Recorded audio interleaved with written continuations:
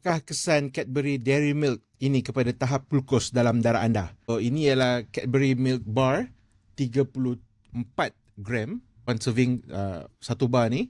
So saya akan makan dan selepas 2 jam melalui CGM ni, saya akan tengok bacaan glukos saya real time. Saya akan makan dulu, jumpa lagi sekejap dalam 2 jam.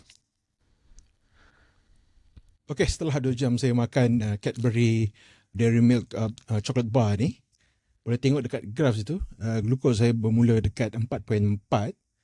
Lepas tu peak paling tinggi ialah 6.2. So ada peningkatan dalam 1.8 milimol per liter glukos dalam darah saya. Itulah yang akan terjadi kepada tahap glukos dalam darah anda jika anda makan satu Cadbury Dairy Milk chocolate bar ini. Ianya 34 gram. So, apa lagi makanan ataupun minuman yang patut saya cuba seterusnya? Komen dekat bawah.